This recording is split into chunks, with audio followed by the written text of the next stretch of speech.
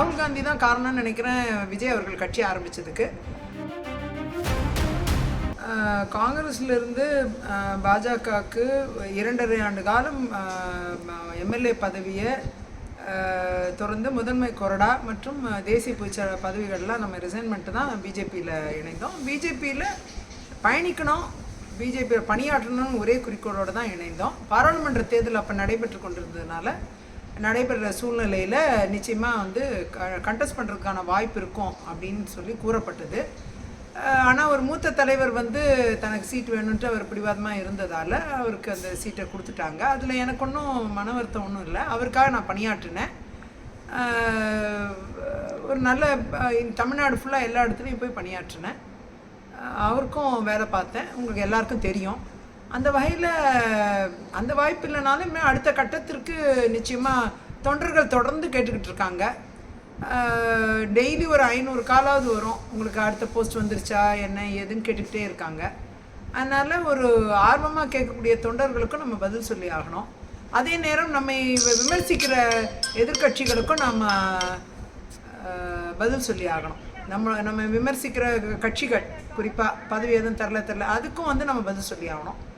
அதனால் நிச்சயமாக தொண்டர்களின் திருப்திக்காக நான் நிச்சயமாக வந்து ஒரு நினைவூட்டலாக நம்ம தலைவர்கள்ட்ட பேசிய விஷயங்கள் தொண்டர்கள்லேருந்து தலைவர்கள் வரை அங்கீகாரப்படுத்தணுங்கிறதுல ரொம்ப தெளிவாக இருக்காங்க பாஜகவில். பெண்களுக்கு உண்டான அங்கீகாரம், தமிழ்நாடுக்கு உண்டான அங்கீகாரம்ங்கிறது நிச்சயமாக பாஜகவில் பார்க்கக்கூடிய ஒன்றாக இருக்குது. அவங்க நிச்சயமாக அதற்குண்டான வாக்குறுதிகளை சொல்லியிருக்காங்க. இப்பொழுதும் இப்போ நம்ம கேண்டிடேட் சீட் மட்டும் இல்லாமல் பாஜகவில் ஏதாச்சும் தலைமையில் பொறுப்பு எதிர்பார்த்தீங்களா மேடம்? இனிமே தான் அது பொறுப்புகள்லாம் வரும். ஏன்னா இப்போ வந்து கட்சிக்குள்ளே இன்டர்னல் பார்ட்டி எலெக்ஷன் உறுப்பினர் சேர்க்கை நடந்துக்கிட்டு இருக்கு. அதெல்லாம் முடிவடைக்கிற சூழ்நிலையில் கட்சி பதவிகள் என்னவாக இருக்கும், வாய்ப்புகள் என்னவாக இருக்குங்கிறது முடிவுக்கு வரும். நேற்று நீங்கள் மேடையில் பேசுறதுக்கு பிறகு யாராச்சும் கட்சி தலைவர்கள் உங்ககிட்ட தொலைபேசியில் ஏதாச்சும் அழைச்சி இல்லை நேரில் ஏதாச்சும் அழைச்சி பேசுனாங்களா மேடம்? மேடையிலே மாநில தலைவர் அவர்கள் அவரோட ஸ்பீச்சிலே அவர் உறுதி பண்ணார். அவர் வந்து நான் பேசுனதை ஆமோதித்து விரைவில் இந்த பதவிகள்லாம் அங்கீகாரப்படுத்தப்படும், அக்கா நிச்சயமாக அக்காவை அங்கீகாரப்படுத்தும் அப்படின்னு சொல்லிட்டு அவர் பதிலே சொன்னார். அதனால் அந்த வாக்குறுதிகள் எப்பொழுதுமே பாசிட்டிவாக தான் இருக்குது. தொண்டர்கள்லேருந்து தலைவர்கள் வரை அந்த வாக்குறுதிகளில் என்றைக்குமே அவங்க வந்து நெகட்டிவாக யாருமே பேசுனதில்லை, எல்லாருமே பாசிட்டிவாக ரியாக்ட் பண்ணியிருக்காங்க. அதனால் கட்சி பணி தொடர்ந்து நான் கட்சி பணி ஆற்றிட்டுருக்கேன். கட்சி பணி ஆற்றுவதற்கும் தேசப்பணி ஆற்றுவதற்கும் பாஜக வழிவகை செய்யுங்கிறது எனக்கு இருவேறு கருத்து இல்லை. சரிங்க மேடம். இப்போ உங்களோட எதிர்பார்ப்பை நேரடியாக நீங்கள் தலைமையில் சொல்லாமல் மேடையில் பேசுறதுக்காக ஏதாச்சும் ஒரு அர்த்தங்களுக்கு விளக்கம்? ஏன்னா தொண்டர்கள் தொடர்ந்து ஒரு நாளைக்கு ஒரு 500 காலாவது வருதுன்னு சொன்னேன் நான்.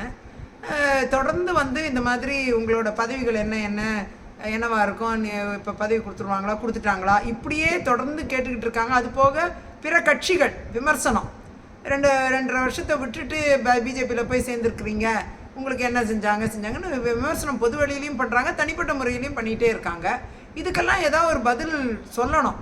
அதுக்காக ஒரு பாசிட்டிவான விஷயத்துக்காக தான் நான் அதை சொன்ன பட்சத்தில் மேலிடத்துலேருந்தும் கட்சி தலைமையிலேருந்துமே என் கருத்தை ஆமோதித்து அங்கீகரிக்கப்படும்ட்டு மீண்டும் உறுதி அளிச்சிருக்காங்க.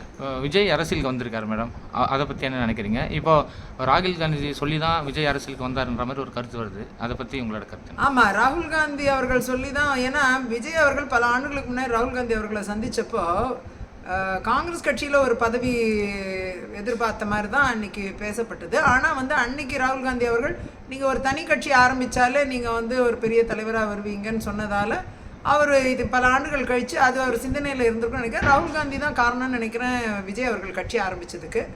ஆகையால் நிச்சயமாக வந்து காங்கிரஸ்க்கு வந்து ஒரு உள்ளார்ந்த தொடர்பு விஜயோட இருக்குங்கிறதுல இருவேறு கருத்து இல்லை. இப்போ ஒரு மூத்த தலைவருக்கு தான் சீட்டு கொடுத்தாங்க, நம்மளுக்கு அந்த சீட்டு கிடைக்கலன்ற அந்த மூத்த தலைவர் யாருன்றதை நேரடியாக சொல்ல முடியும்?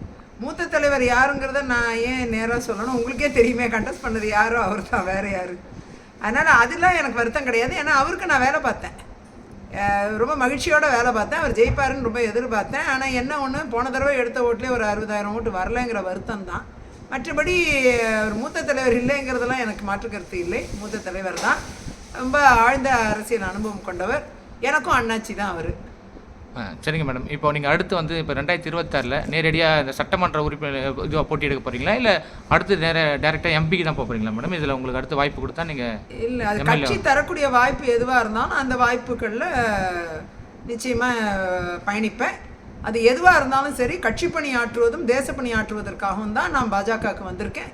தொடர்ந்து பாஜக மேலிடம் என்ன சொல்கிறதோ அதில் நான் பயணிக்க தயாராக இருக்கேன். அது என்னுடைய கருத்தை அவர்கள் எப்பொழுதுமே எடுத்துக்கொண்டிருக்கிறார்கள். என்னை வந்து நேராகவும் சரி மறைமுகமாகவும் சரி என்னை அங்கீகரிக்கப்படுவேன் என்பது தொடர்ந்து அவங்க சொல்லியிருக்காங்க. நேற்றைய தினமும் சொல்லியிருக்காங்க. நன்றி மேடம். நன்றி. தேங்க்யூ.